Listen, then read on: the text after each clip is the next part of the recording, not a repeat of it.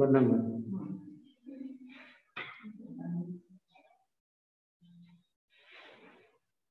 आचार्य सार ग्रंथ का 11वां अधिकार है, जीव कर्म प्ररूपणा इसका नाम है, और इसका श्लोक क्रमांक 92 अभी अपन पढ़ने जा रहे हैं। संस्थान के 6 भेद, समचतुरस्त्रम न्यग्रोध स्वाति द्वेच वामनम। समचतुरस्त्रम न्यग्रोध स्वाति द्वेच वामनम। अक्षर कम पढ़ रहे हैं,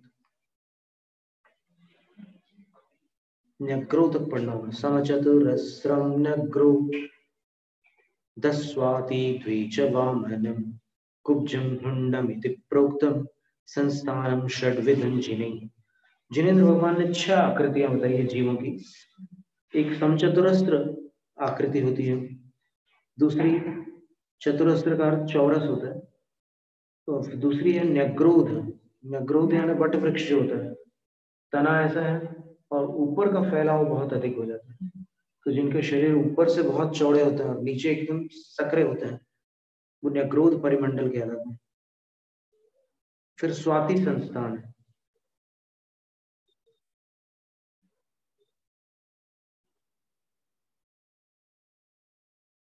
वामन संस्थान है, कुब्जक संस्थान है और हुंड संस्थान है।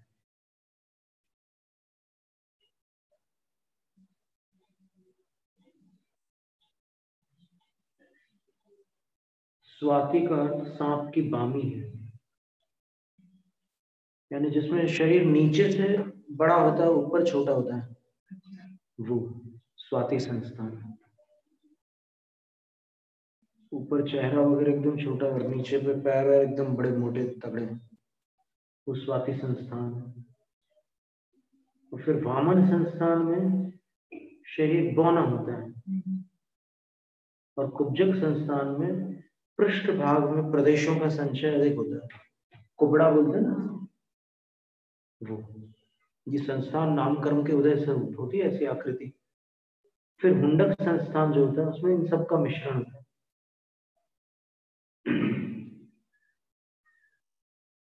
हुंडंतु पुन्नारकैकाक्षाद्यसंज्ञन्तेषु सामरे भोग भूजे भवेदाद्यम सर्वाण्यन्येषु देहेषु। कुछ पुरुषों में, नारकों में और एकेंद्रिय को आदि लेकर असैनी पर्यंत जीवों में, पंचेंद्रियों में केवल हुंडक संस्थान होता है। सारे हुंडक संस्थान वाले होते हैं सारे। देव और भोग भूमिज मनुष्यों के समचतुरस्र संस्थान होता है, शेष जीवों के सब संस्थान।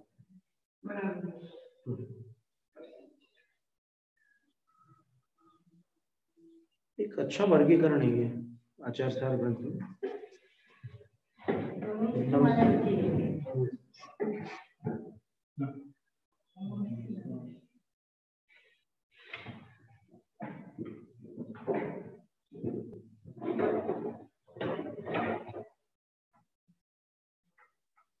एकेंद्रियों से असैनी पर्यंत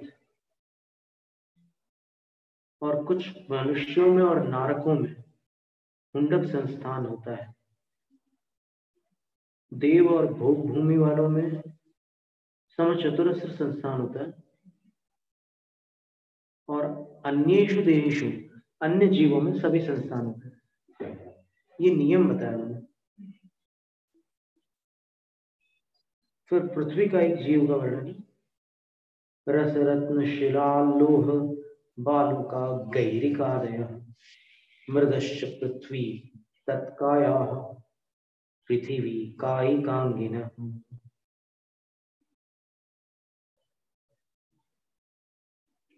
पृथ्वी का एक प्राणी कौन है, जीव कौन है?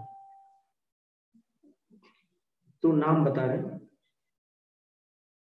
रस का अर्थ होता है पारद। पारा जो है वो पृथ्वी का एक है। थर्मोमीटर के अंदर होता है ना पारा, या बैरोमीटर के अंदर भी होता है, ब्लड प्रेशर नापने के लिए। फिर सारे रत्न पृथ्वी का ही। शिलाएं, जितनी चट्टानें हैं सब पृथ्वी का ही। लोहा भी पृथ्वी का ही। और बालुका का अर्थ रेत है, और गैरिक का अर्थ होता है वो गेरुआ रंग की जो मिट्टी होती है ना, जिससे मंजन बनाते हैं, दंत मंजन आदि। और मृदश्च, जो कोमल मिट्टी है वो भी। और ये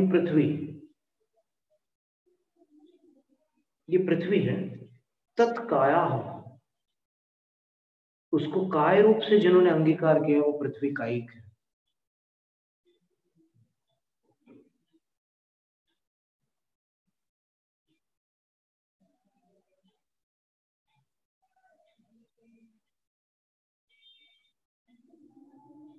फिर जल कायिक जीव की बात चल रही।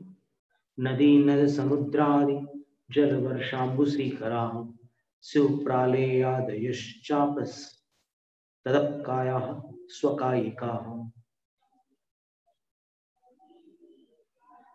नदी, नद,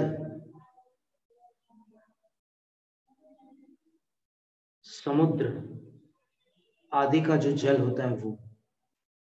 फिर वर्षा के जल के सीकर यानी छींटे, कण। फिर प्रालय आदय, प्रालय का अर्थ बर्फ होता है, ये सब जल है। और तदप काया स्वकायिका, उनको काय रूप से जिन जीवों ने अंगीकार किया है वो जल कायिक जीव है।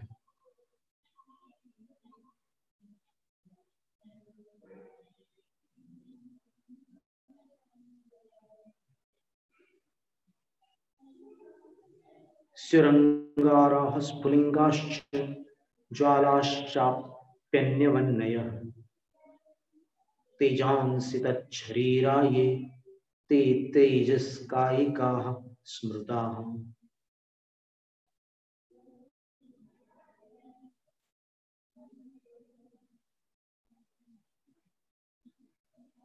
अंगार है, स्फुलिंग यानी चिंगारियां हैं, ज्वाला यानी लपट है, और अन्य भी जो अग्नियां हैं वे तेजस कहलाती हैं।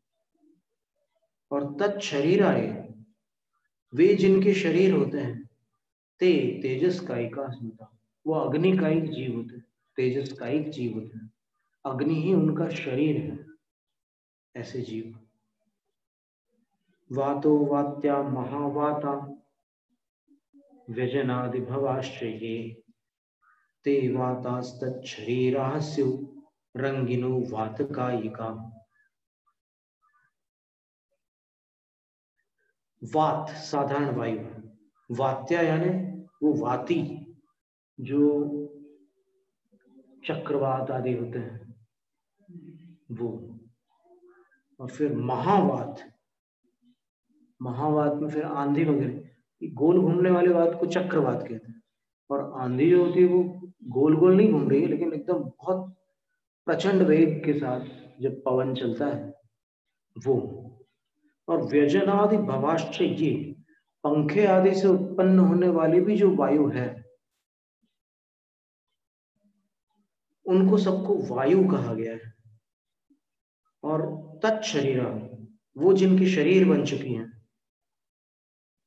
सिरंगिनो वातकायिका, वे वातकायिक जीव हैं जिन्होंने उस हवा को अपना शरीर बना रखा है, वातकायिक जीव। फिर वनस्पति और त्रस्कायिक जीव का वर्णन काय मार्गण में बता रहे। ते वनस्पतयो वृक्ष क्षुपवल्ली तृणादयः उद्वेजन क्रिया भाजस त्रसाः स्युर्द्वीन्द्रियादयः। वृक्ष यानी वृक्ष पेड़ है, और क्षुप यानी झाड़ी, जिसके पीछे जानवर आना छुप जाते हैं ना, झाड़ियां शुभ, और वल्ली यानी बेल लता, तृणादय तिनके आदि भी, माने घास, हरी घास जो रहती है ना, तृण बोल रहे आदि, ये वनस्पतियां हैं। और इनको जिन्होंने शरीर रूप से धारण किया हुआ है, अर्थात जो जीव इनको शरीर रूप में धारण करके पाए जाते हैं, वे वनस्पति कायिक जीव कहलाते हैं। और उद्वेजन क्रिया के पात्र जो जीव होते हैं, उद्वेजन क्रिया का अर्थ क्या होता है? उद्वेग का अर्थ परेशान होना होता है, भयभीत होना होता है। तो जो डर कर यहाँ वहां भागते फिरते हैं, वो त्रस्त कहलाते हैं। त्रसंती उद्वेजयंती इति त्रसाः, जो त्रसित होते हैं, भयभीत होते हैं। त्रास शब्द है ना, त्रास शब्द भय का वाचक है। त्रासम विहाय भवतः स्मरणात् व्रजन्ति, भय को छोड़कर। तो ये त्रस शब्द का अर्थ जो भय से हलचली को प्राप्त हो जाए, डर लगने पर जो हिलने डुलने लग जाए, वो त्रस जीव है। वो कौन है? द्विंद्रियादिक, दो इंद्रियों वाले जीवों को आदि लेकर के सारे त्रस जीव। ये व्युत्पत्ति की अपेक्षा से नाम बताए। अब योग मार्गणा का वर्णन है। योग क्या है? कर्मादान निमित्तात्मक प्रयत्नो योग इष्यते, देह नामैनसः पाकात् प्रदेश स्पंद लक्षण।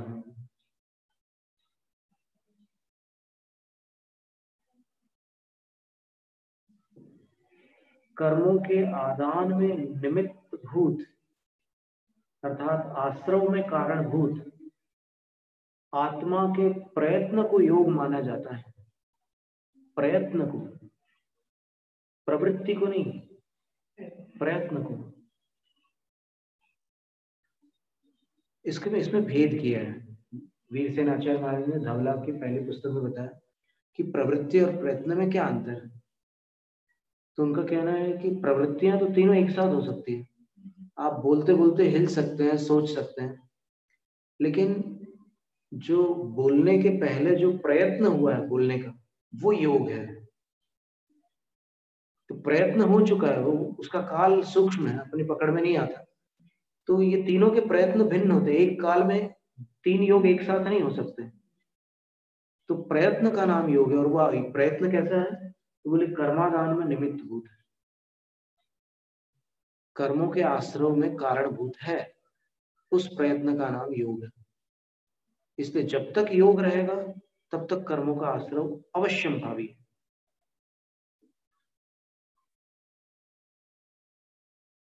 अब वो कैसे होता है? तो बोले कि शरीर नाम का जो पाप लगा हुआ है संसारिक प्राणी के पास, उसके पाक से ये प्रदेश स्पंदन होता है, तो वो काय योग कहलाता है। माने है तो योगी है, पूरे तीनों योगों की बात कर रहे हैं, पर उसमें ये नाम कर्म अपेक्षित है। यद्यपि कार्मण काय योग में शरीर नाम कर्म, कार्मण शरीर नाम कर्म का उदय चल रहा है, पर शरीर नाम कर्म के उदय के बिना योग नहीं चल सकता। 13वें गुणस्थान के अंतिम समय तक शरीर नाम कर्म का उदय रहता है, वहां उसकी उदय विच्छित्ति है। मनोयोग, सवाग योग, काय योग इति त्रिधा, मनोवचन पर्याप्ति कायवत सुक्रमेण नुः।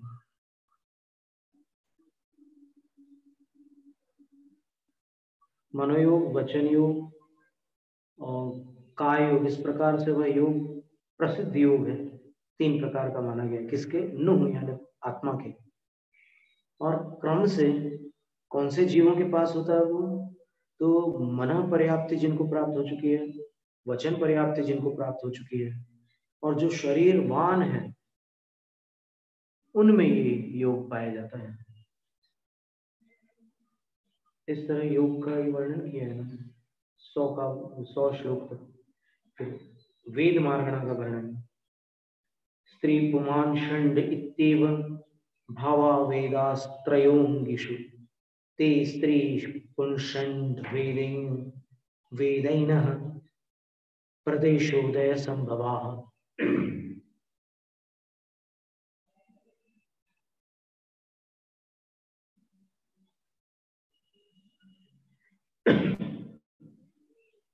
स्त्री वेद, पुरुष वेद और षंड वेद, नपुंसक वेद, इस तरह ये जो भाव होते हैं इनको वेद कहते हैं, भाव रूप होते हैं। त्रयोंगिषु, ये तीनों अंगिषु यानी जीवों में पाए जाते हैं। ते स्त्री पुंषंड वेदैन प्रदेशोदय संभव, ये स्त्री पुरुष और नपुंसक वेद रूपी पाप कर्म के प्रदेशोदय से उत्पन्न होते हैं। प्रदेशोदय का जैसे तीर्थंकर प्रकृति का प्रदेशोदय तो अंतर्मूर्तवाद प्रारंभ हो जाता है। तीर्थंकर प्रकृति का बंध किया, अंतर कोटि स्थिति रहती है सम्यक दृष्टि जीव को कोई भी कर्म की, तो अंतो मुहूर्त मावाद अंतो कूड़ा घोड़ी ठिदिस, अंत कूड़ा घोड़ी स्थिति के अंतर्मूर्त आबाद होते हैं। आबादा काल पूर्ण होने के बाद प्रदेशोदय प्रारंभ हो जाता है। उदीर्णोदय 13वें गुणस्थान में होता है। तो यहाँ पर ये बता रहे हैं कि वेद जो होते हैं ये स्त्री पुरुष और नपुंसक वेद रूपी पाप के प्रदेशोदय से उत्पन्न होते हैं। अब इसमें प्रदेशोदय का अर्थ क्या लेंगे आप?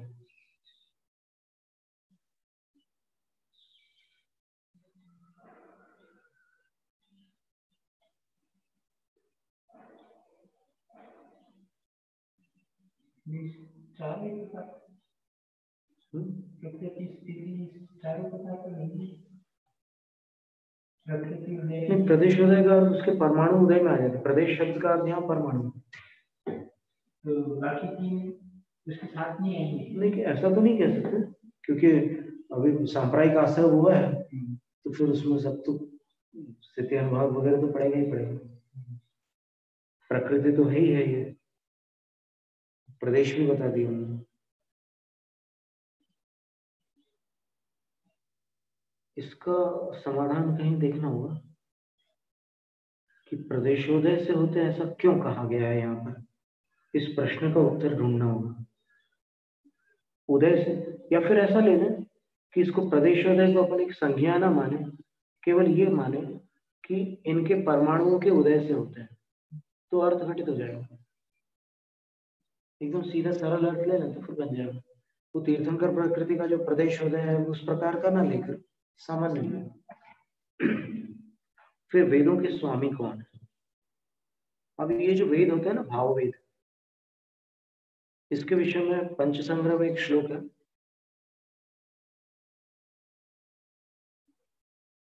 नान्तर्मौहूर्तिका वेदा नान्तर्मौहूर्तिका वेदाः सन्ति तत्र कषायवत् आजन्म मृत्यु तस्तेषाम् उदयो दृश्यते यतः।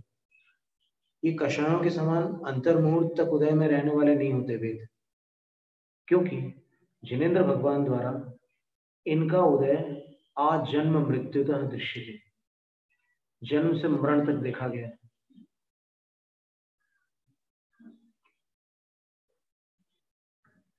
अब जन्म का अर्थ यहाँ पर क्या लेंगे?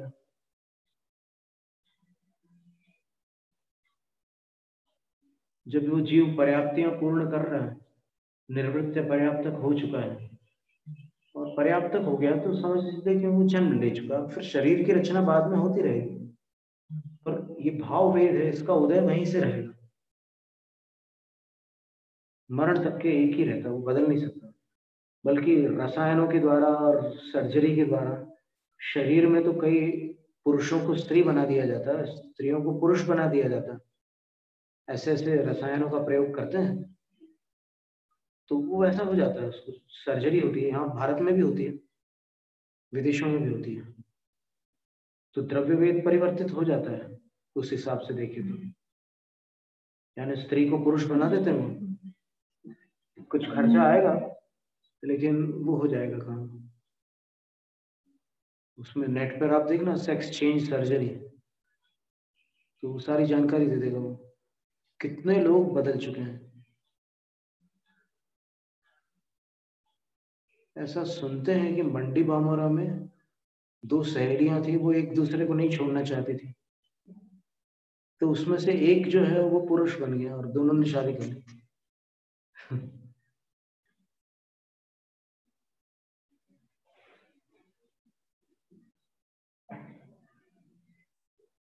स्त्री पुंग वेद। अब ये इसमें एक बात और है कि कर्म भूमि मनुष्य और तिर्यंचों में वेदों की विषमता पे हो सकती है।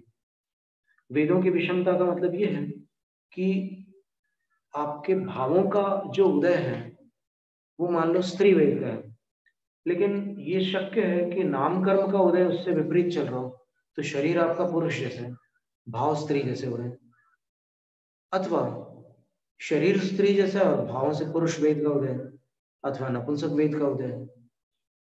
तो ये स्थितियां संभव है यहाँ कर्म भूमि में, अन्यत्र नहीं, केवल कर्म भूमि में। अब वेदों के स्वामी जीवों का वर्णन। स्त्री पुं वेदाः सुरा भोग भूमि जाताश्च नारकाः षण्डाः सम्मूर्छिनश्चान्ये नृतर्यञ्च स्त्रिवेदिनः। स्त्री और पुरुष वेद वाले ही होते हैं कौन? भोग भूमि और देव। देवगति में और भोग भूमि में स्त्री और पुरुष वेद ही होता है, नपुंसक वेद नहीं होता। नारकाः षण्डाः सम्मूर्छिनश्च। नारक जीव और सम्मूर्छन जीव ये नियमतः नपुंसक वेदी ही होते हैं। और नृतर्यंच स्त्रिवेदिना, बाकी जो मनुष्य और तिर्यंच हैं वे तीनों वेद के धारी हो सकते हैं। फिर वेद के उदय से ये कामेच्छा उत्पन्न होती है, तो वेद के उदीर्णा से उत्पन्न होती है, इसको संज्ञा कहा गया है। ईशानान्ते प्रविचार स्याद्वयोस् त्रिचतुष्पदः शरीरे स्पर्शे रूपे च शब्दे चित्ते ततो न सः। ईशानान्ते यानी भवनवासी, वानव्यंतर, ज्योतिष, सौधर्म और ईशान पर्यंत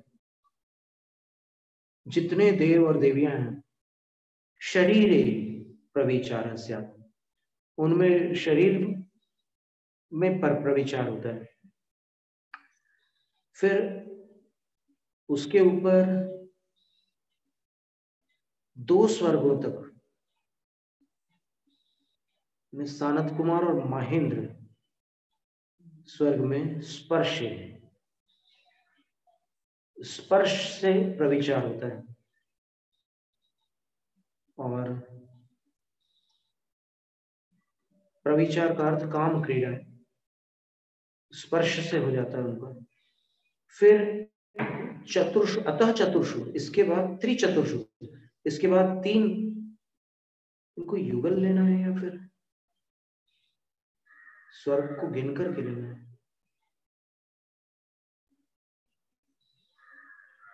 त्रिचतुर्श्वतः सर्वार्थ सिद्धि में अच्छा दिया है।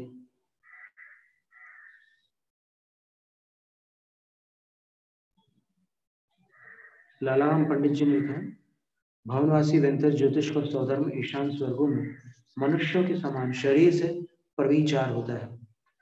सानत कुमार महेंद्र नामक 3-4 स्वर्ग में अपनी देवांगनाओं के स्पर्श मात्र से प्रविचार होता है। वो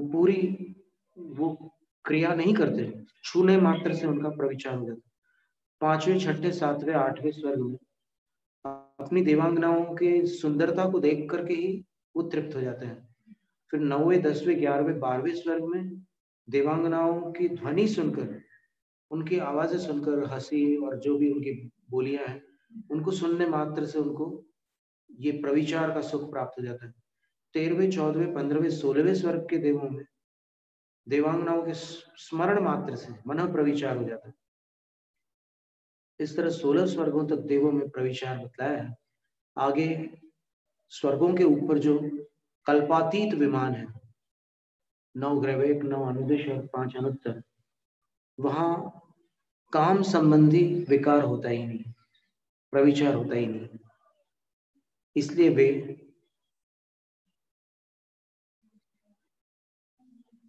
अप्रविचार, परे प्रविचारा, परे अप्रविचारा। फिर कषाय मार्गणा चतुः कषायाः कृन्मान माया लोभा विपाकजाः चतुः कषायाः सामान्य क्रोधादि द्रव्य कर्मणः।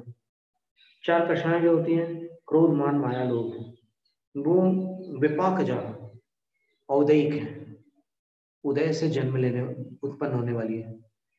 और ये चार कषाय सामान्य रूप से क्रोधादिक द्रव्य कर्म के विपाक से उत्पन्न होती है। क्रोध का उदय आएगा तो क्रोध कषाय होगी, मान कषाय नहीं होगी।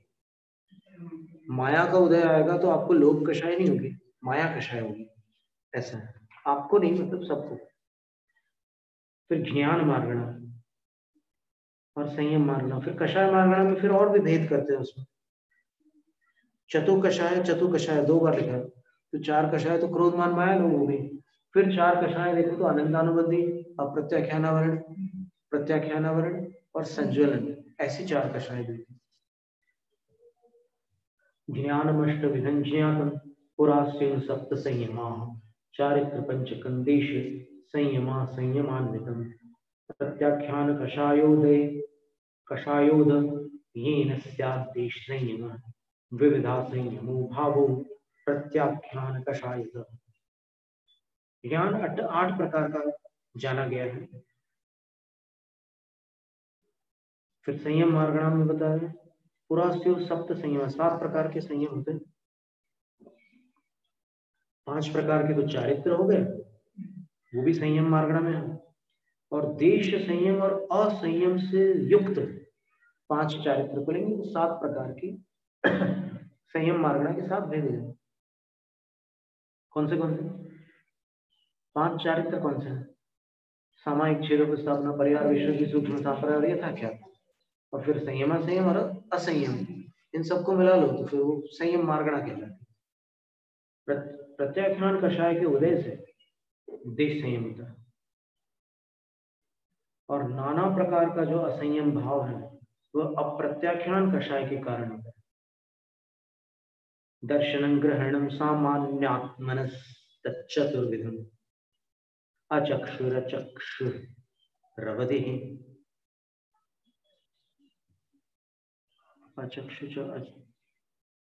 अचक्षुश्चक्षुरवधिः केवलं चेति वर्णितम्। सामान्यात्मनः ग्रहणं दर्शनम्, सामान्य स्वरूप का ग्रहण दर्शन है। तच्चतुर्विधम, उसके 4 भेद हैं, अचक्षु, चक्षु, अवधि और केवल, ऐसा वर्णन आगम में है।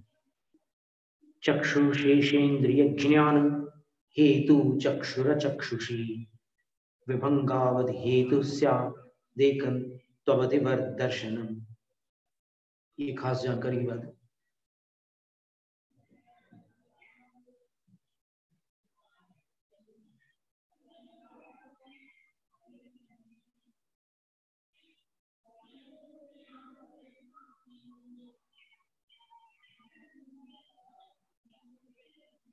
चक्षु दर्शन चक्षु इंद्रिय संबंधी ज्ञान का कारण है और शेष इंद्रियों के ज्ञान का हेतु अचक्षु दर्शन। द्विवचन का प्रयोग है दोनों में, देखिए आप, हेतु हेतु हेतु हेतुनी, नपुंसकलिंग में ऐसे रूप बनेंगे क्योंकि चक्षु जो है नपुंसकलिंग है। फिर चक्षु रचक्षुषी, ये द्विवचन है।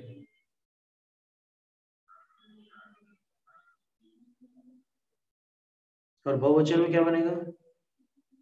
अचक्षुंषी, ऐसा रूप बनेगा। फिर विभंग अवधि हेतु स्याद एकम, विभंग और अवधि इन दोनों ज्ञानों में हेतु जो है वो एक है, तो अवधि दर्शन, अवधि दर्शन। आचार्य अकलंक देव ने कहीं लिखा है अवधि विभंग यो रवधि दर्शनमेव, एक सूत्र है। अवधि और विभंग ज्ञान दोनों के लिए केवल अवधि दर्शन ही होता है। और फिर बाद में अपने को शास्त्रों में कई स्थानों पर विभंग ज्ञान के लिए कोई दर्शन उपलब्ध नहीं भी होता है। कई ऐसे भी शास्त्र हैं जिनमें विभंग ज्ञान के लिए कोई दर्शन बताया नहीं गया है, जबकि यहाँ आचार्य सार में और आचार्य अकलंक देव के वचनों में अपने को ये मिलता है। धवला की छठी पुस्तक में ये सूत्र आया हुआ है, मूल सूत्र नहीं, अकलंक देव द्वारा कथित सूत्र उद्धृत किया हुआ है। अवधि विभंगयोर अवधि दर्शन में, अवधि ज्ञान और विभंग ज्ञान दोनों के लिए अवधि दर्शन ही है, क्योंकि दर्शन में दो भेद नहीं होते ना, मिथ्या और सम्यक नहीं होते दर्शन, ज्ञान ही मिथ्या और सम्यक होते।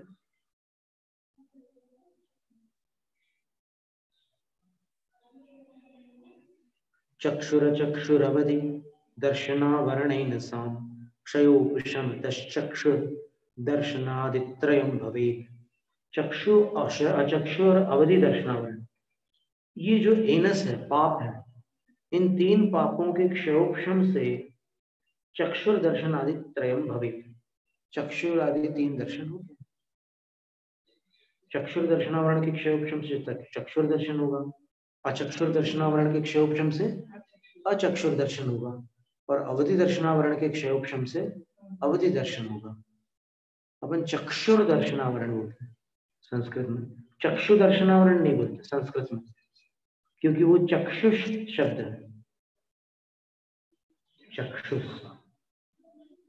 सकारांत, सकारांत नपुंसकलिंग है।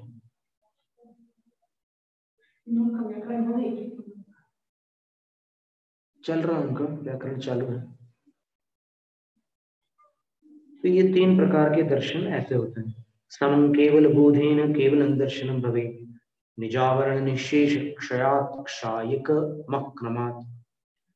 केवल ज्ञान के साथ केवल दर्शन होता है। केवल दर्शन जो है वो केवल ज्ञान के साथ हो सकता है, उसके बिना नहीं। केवल ज्ञान है, उसके साथ ही केवल दर्शन होगा। और निजावरण अर्थात केवल दर्शनावरण के निशेष क्षय से, पूर्ण क्षय से वह होगा, इसलिए वो क्षायिक दर्शन। और कैसा होता है वो क्षायिक दर्शन? अक्रमात्, क्रम से पदार्थों को ग्रहण नहीं करता, अक्रम से तीनों काल के पदार्थों को ग्रहण कर लेता। इसलिए केवली भगवान ने जो भी जाना है वो क्रम से नहीं जाना है, उनके ज्ञान में कुछ भी क्रमबद्ध नहीं है, अक्रम से ही है उनके ज्ञान में सब कुछ। और पदार्थों में जो घटना हो रही है विश्व में वो क्रम से हो रही है, क्योंकि पर्याय जो होती है एक के बाद दूसरी होती है। इसलिए एक को अगर अपन एक की संख्या दे रहे हैं पहली पर्याय को, तो उसके बाद वो क्रम से पर्यायों की संख्या बनती जाएगी, संख्यात असंख्यात अनंत पर्याय होती रहेंगी। पर्याय क्रमिक होती है, पर पर्याय क्रमबद्ध नहीं होती है। बद्ध शब्द का प्रयोग नहीं है शास्त्रों में, क्रम नियमित बताया, क्रमबद्ध नहीं है। समय सार में जो शब्द है ना वो क्रम नियमित है। समय पाउड ग्रंथ में आचार्य अमृतचंद सूरी की टीका में जो शब्द है ना, अब क्रमबद्ध जो है, बद्ध का अर्थ ये होता है बंध जाना, और अगर बद्ध शब्द का प्रयोग किया जाता है तो निश्चय ने वस्तु को बद्ध नहीं मान सकता, निश्चय ने वस्तु स्वातंत्र को बल देता है। तो अगर क्रम से पर्याय बद्ध हो गई तो वस्तु स्वातंत्र समाप्त हो जाएगा। क्रम नियम जो आचार्यों ने जो शब्द दिए उसी को माने अपन। क्यों अपन ज्यादा चिंतन करके और ज्यादा दिमाग लगाकर क्यों अपन उसमें ऊहा-पोह करें? अपनी बात की पुष्टि के लिए 100 तर्क किसी के भी पास मिल सकता है, अगर उसके पास तीक्ष्ण बुद्धि है तो वो अभी अपन उसमें पक्ष पोषण की बात नहीं कर रहे हैं। पक्ष पोषण में समय का अपव्यय होता है और शक्ति का भी अपव्यय होता है। जितना आचार्यों ने कहा है उसको ज्यों का त्यों स्वीकार कर, खत्म बात।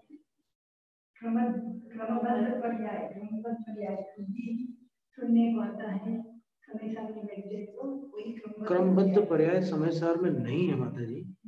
अभी हम समय सर आपको निकाल के दिखा सकते हैं, उसमें क्रम नियमित है और क्रमाक्रम वर्ती, वर्ती शब्द भी दिया हुआ है, बद्ध शब्द है ही नहीं वहां कहीं भी। बद्ध शब्द का एक भी आगम प्रमाण दिखा दे कोई भी, क्रमबद्ध ये शब्द कहीं आया हो तो बता दे कारण कार्य विधान में, पर नहीं है। क्रम नियमित है, और नियमित का अर्थ यह है कि उसमें न्यंत का प्रत्यय है, नियत नहीं है। देखिए नियत शब्द अलग होता है और नियमित अलग होता है।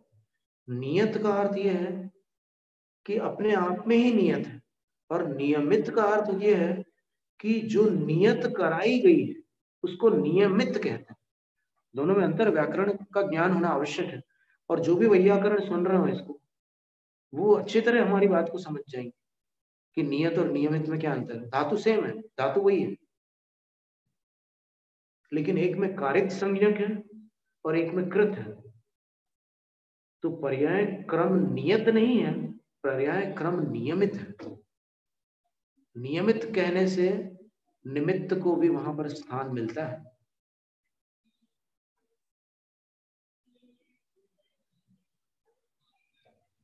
ये निमित्त और उपादान का जो रहस्य है, इसको सावधानी से समझने योग्य है। नहीं नहीं कोई बात नहीं, ले, लेकिन आगम की धारा से लेना, आगम धारा को छोड़ करके नहीं। आप अगर निमित्त को, जैसे अभी प्रश्न आया था 2 दिन पहले कि निमित्त अकिंचित कर है, ऐसा सुनने में आता है, तो फिर उसका उत्तर हमने क्या दिया था? अष्टशती ग्रंथ यहाँ पर है हमारे पास, उसमें लिखा है कि तद सामर्थ्यम अखंडयत सहकारी कारणम कथम अकिंचित कर्म से। अकलंक देव कह रहे हैं कि इस उपादान की असमर्थता को समर्थता प्रदान करने वाला जो निमित्त है वो अकिंचित कर कैसे हो सकता है, कुछ न करने वाला कैसे हो सकता है। वस्तु व्यवस्था में अगर अपन देखो, दोनों न्यायों का समावेश अपेक्षित है, क्योंकि कारण कार्य विधान जो होता है ना, वो एक न्याय के आश्रित नहीं है। उसमें आपको ये देखना है कि निमित्त भी स्वद्रव्य में अपने परिणमन में लगा हुआ है, उपादान भी अपना परिणमन कर रहे हैं, लेकिन एक उपादान है, तद्भव मोक्षगामी जीव है, निर्ग्रंथ मुनि दीक्षा को अंगीकार किए हुए हैं और 11 अंग के पाठी भी हैं, बल्कि 10 पूर्व और अधिक उनके पास ज्ञान है। ऐसी स्थिति में भी वो अकेले क्षयिक सम्यक दृष्टि क्यों नहीं बन जाते? मिथ्यात्वादी 7 प्रकृतियों का क्षय क्यों नहीं कर पाते? इतने मोक्ष जाने की ताकत है उनके पास, लेकिन मिथ्यात्व का क्षय करने की ताकत होते हुए भी वो क्षय करने में समर्थ नहीं है। तत् असामर्थ्यम, इसलिए उस असमर्थता को दूर हटाने वाला जो सहकारी कारण है, केवली और शुद्ध केवली का पाद मूल, वो अकिंचित कर कैसे हो सकता है? कौन कह रहे हैं? आचार्य अकलंक देव। तो अपन क्यों जबरदस्ती अकिंचित कर की रट लगाएं? जब आचार्य अकलंक देव मना कर रहे हैं कि अकिंचित कर कैसे हो सकता है, बोल रहे हैं कैसे हो सकता है अर्थात नहीं हो सकता है, तो फिर अपन क्यों तर्क कुतर्क करें?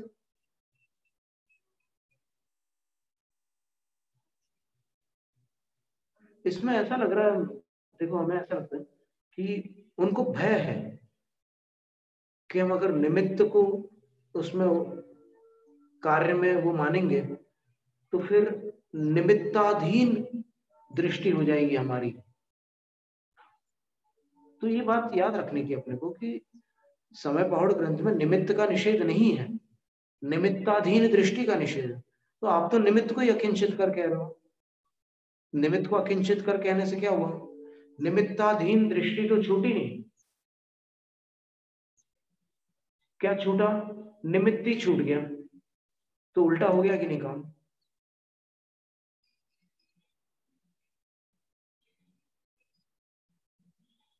तो निमित्त को नहीं छोड़ना है। निमित्ताधीन दृष्टि का अर्थ क्या होता है? दृष्टि का अर्थ मान्यता है, और निमित्त की अधीनता रूप मान्यता हो जाना निमित्ताधीन दृष्टि है। मतलब कि निमित्त के भरोसे आप बेफिक्र हो गए, निश्चिंत हो गए कि गुरु मुझे मोक्ष पहुंचा देंगे। अब गुरुदेव मेरी नैया उस पार लगा देना, अब तक तो निभाया है आगे भी निभा लेना। ये दृष्टि आ गई और अपने अंदर से अपना जो कर्तव्य है वो भूल गए। तो इसका निषेध है कि आप अपने उपादान का जो कार्य है वो छोड़ रहे हो और निमित्त के भरोसे मोक्ष जाना चाहते हो, इसका निषेध करना हो। आचार्य कुंदकुंद स्वामी ने ये नहीं कहा कि निमित्त फालतू पड़ा रहता है, और आचार्य विद्यानंद ने लिखा है आप्त परीक्षा में, जिसके होने पर कार्य होता है, नहीं होने पर नहीं होता, उसको निमित्त कहते हैं। 9वीं कारिका में लिखा, उन्होंने स्वपक ने टीका, उनकी खुद की लिखी हुई टीका। तो इसलिए अभी निमित्त के बारे में ज्यादा खींचातानी उचित नहीं है। फिर भी अगर किसी को इष्ट है, अगर उसमें आनंद आ रहा है, तो भी किसी के आनंद में अपन क्यों अंतराय डालें? जो जिसमें खुश रहे। स्वपक्ष का अर्थ होता है अपने खुद। श्लोक भी उन्हीं ने लिखे हैं और टीका भी उन्हीं ने लिखी है, उसको स्वपक्ष ने टीका कहते हैं। जैसे अंगार धर्मामृत है, सागार धर्मामृत है, स्वयं आशाधर जी ने श्लोक भी लिखे हैं और टीका भी लिखी। हो गया समय?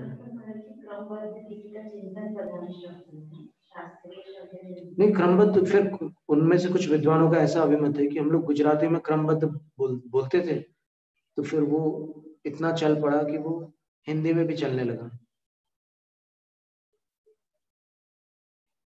ऐसा भी किसी ने उसका जवाब दिया है कि हम लोग गुजराती से वो आया है क्रमबद्ध शब्द। तो अब उसको पकड़ के रखने की क्या आवश्यकता? आया था गुजराती से, अब आ जाओ संस्कृत पे आ जाओ, क्या फर्क पड़ रहा है? नहीं छूटता ना। एक कोई एक्टर है, उसका नाम शत्रुघ्न है, उसने बोला मेरा नाम शत्रुघ्न है, पर सब लोग मुझे शत्रुघ्न शत्रुघ्न बोलते हैं। तो मैं कितनी भी बार समझाऊं उनको, वो शत्रुघ्न ही बोलते हैं। उसने अपने इंटरव्यू में ऐसा बोला, बिहार का कोई एक्टर, उसने ऐसा बोला, शत्रुघ्न सिन्हा उसका नाम। तो ज्ञानी जीव तो इसमें वो कर सकते हैं, और वास्तव में मोक्ष पुरुषार्थ इसी का नाम है, संस्कारों को तोड़ना। जितनी आदतें पड़ी है ना, उन आदतों को तोड़ते जाओ। आपने सवेरे माला फेर करके ध्यान किया ना, तो दोपहर को उंगलियों से कर लो और रात को कमल बना करके कर लो। आदत मत डालो किसी की। फिर जो भी आपको संलेखना के समय कोई भी ध्यान काम में तो आना ही आने वाला है, पर आप करिए। आप एक चीज की आदत डाल दोगे ना, तो फिर नई चीज सीखना बंद हो जाएगा, फिर दूसरी चीज नहीं सीख पाओ। जैनम जयत शासन था प्राणिक स्वाध्याय निष्ठा प्रक्रिया पूरा जाने को सकल कर्म क्षयार्थम भाव पूजा वंदनास्तव समेतम शुद्ध भक्ति कार्य सर्वं करोमि।